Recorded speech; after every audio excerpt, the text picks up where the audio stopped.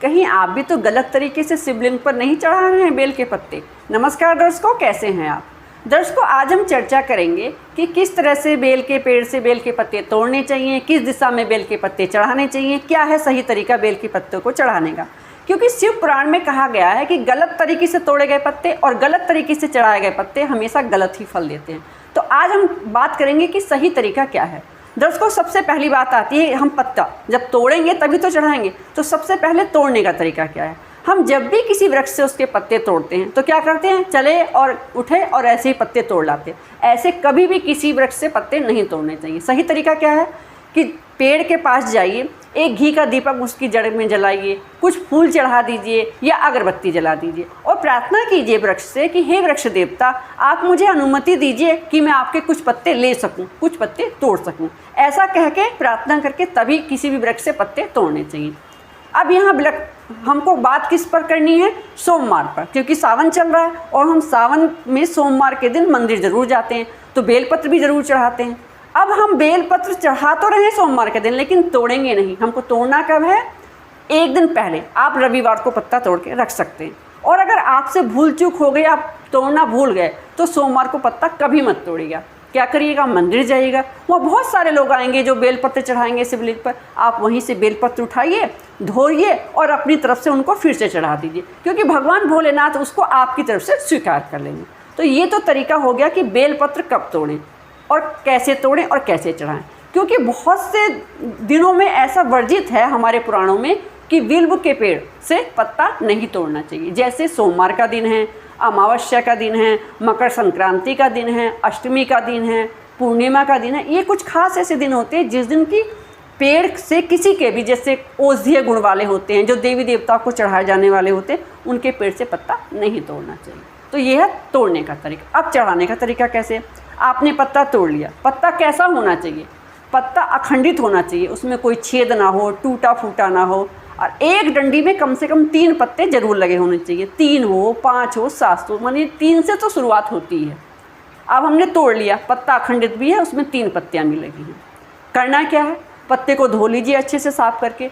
और जब हम शिवलिंग पर पत्ता चढ़ाएं तो क्या करें, जो चिकनी सतह होती है पत्ते की, उस सतह को शिवलिंग पर टच करें और जो खुरदरा भाग होता है वो ऊपर आना चाहिए। यानी कि चिकनी सतह नीचे और खुरदरा भाग ऊपर। पत्ता चढ़ा दीजिए। उसके बाद आप 1 लोटा जल जरूर चढ़ाइएगा। ये जरूर ध्यान रखिएगा, जब भी आप शिवलिंग पर बेल का पत्ता चढ़ाएं उसके ऊपर से 1 लोटा जल जरूर अर्पित कीजिएगा। ये खास नियम है बेलपत्र चढ़ाने का। अब ये तो तरीका हो गया शिवलिंग पर बेलपत्र चढ़ाने का। अब हम नंदी पर भी चढ़ाते हैं, जो नंदी बैल है शिव जी का, उस पर भी हम बेलपत्र चढ़ाते हैं। तो उस पर बेलपत्र चढ़ाने का क्या तरीका है, तो जब हम नंदी पर बेलपत्र चढ़ाएंगे और उसके माथे पर बेलपत्र चढ़ाएंगे तो क्या खास ख्याल रखेंगे, जो पत्तों वाला भाग है वो शिव जी की तरफ होना चाहिए और डंडी वाला भाग नंदी की तरफ होना चाहिए। ये तो हो गया उसके सिर पर जब हम बेलपत्र चढ़ाएंगे। अब उनके पैरों में जब चढ़ाएंगे बेलपत्र तब क्या करेंगे, तो जब पैरों में बेलपत्र चढ़ाएंगे तो जो डंडी वाला भाग है वो शिवलिंग की तरफ होना चाहिए और पत्तों वाला भाग नंदी की तरफ होना चाहिए। ये खास ख्याल रखना चाहिए। बेलपत्र चढ़ाने के बाद उनके ऊपर भी 1 लोटा जल जरूर चढ़ाना चाहिए। आप बेलपत्र कहीं भी चढ़ाएं, चाहे नंदी के चाहे शिवलिंग पर, उसके ऊपर 1 लोटा जल जरूर चढ़ाएं। इस बात का खास ख्याल रखिए। तो ये नियम है बेलपत्र चढ़ाने के। आज मैं कुछ आपको ऐसे उपाय भी बताने जा रही हूँ, जैसे जिन बच्चों की शादी नहीं हो रही है, माता पिता परेशान हैं, वर ढूंढ रहे हैं, कन्या ढूंढ रहे हैं, लेकिन शादी नहीं लग रही है, तो क्या करें, 108 बेलपत्र तोड़ लें और उन पर राम का नाम लिखें चंदन से।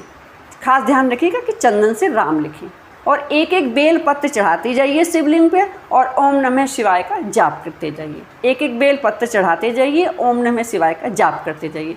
जब बेलपत्र समाप्त हो जाए उसके बाद आप 1 लोटा जल चढ़ा दीजिए और ईश्वर से प्रार्थना कीजिए कि अगर आप माता पिता हैं तो मेरे बच्चों की शादी जल्दी हो जाए, या आप स्वयं हैं तो कहे कि मेरी शादी जल्दी से पूरी हो जाए। भगवान भोलेनाथ आपकी इच्छा जल्दी ही पूरी करेंगे। ये तो है उनके लिए उपाय। अब दूसरा उपाय उन लोगों के लिए है जिनको संतान नहीं हो रही है, एक भी संतान उनके घर में पैदा नहीं हो गई है, दर दर भटक रहे हैं, बहुत इलाज करा रहे हैं, जांच कराने पे पता चलता कुछ प्रॉब्लम है ही नहीं उनको, फिर भी संतान पैदा नहीं हो रही है। क्या करें, 108 पत्ते ले लें और उनको इत्र में इत्र जो चंदन का इत्र होता है उसमें डुबो डुबो के शिव जी के ऊपर चढ़ाते जाएं। और मंत्र कौन सा बोलना है? ओम नमो भगवते वासुदेवाय, ओम नमो भगवते वासुदेवाय। ऐसे करके 108 बार आपने मंत्र बोल दिया। और मंत्र बोलने के बाद 1 लोटा जल यहाँ भी ज़रूर चढ़ाएं। जब बेलपत्र आपके समाप्त हो गए तो 1 लोटा जल यहाँ भी चढ़ाएं और ईश्वर से प्रार्थना करें कि वो जल्दी से जल्दी आपकी गोद भरे।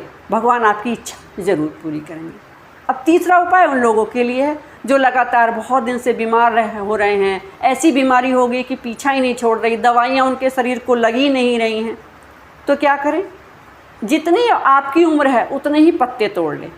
किलो में नहीं तोड़ने हैं, संख्या में। जैसे मान लीजिए आप 50 किलो के हैं तो 50 पत्ते तोड़ लीजिए, या 60 किलो के हैं तो 60 पत्ते तोड़ लीजिए।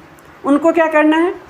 1 कटोरी में कच्चा दूध ले लीजिए और एक एक पत्ता उठाते जाइए और कच्चे दूध में डुबोते जाइए और शिवलिंग पर चढ़ाते जाइए। मंत्र कौन सा बोलना है आपको? ओम होम जूम सह। इस मंत्र को आपको बोलते जाना है। मान लीजिए 60 पत्ते हैं, जब 60 के 60 पत्ते या 50 पत्ते हैं, 50 के 50 पत्ते पूरी तरह समाप्त हो जाते हैं, उसके बाद आप 1 लोटा जल शिवलिंग पर जरूर चढ़ाइए और प्रार्थना कीजिए ईश्वर से कि हे प्रभु मुझे स्वस्थ शरीर दीजिए। भगवान भोलेनाथ आपकी इस इच्छा को जरूर पूरा करेंगे, आपको स्वस्थ शरीर जरूर प्रदान करेंगे। कहते हैं ना, भोले बाबा सबसे जल्दी प्रार्थना सुन लेते हैं। तो इस उपाय को आप जरूर कीजिएगा। आपकी सारी मनोकामनाएं, सारी इच्छाएं भोले बाबा जरूर पूरा करें। अगर हाँ आपको मेरा चैनल अच्छा लगता है या कुछ कमी भी लगती है तो कमेंट ज़रूर कीजिएगा, और अच्छा लगता है तो सब्सक्राइब ज़रूर कीजिएगा, लाइक शेयर कमेंट ज़रूर कीजिएगा। नमस्कार।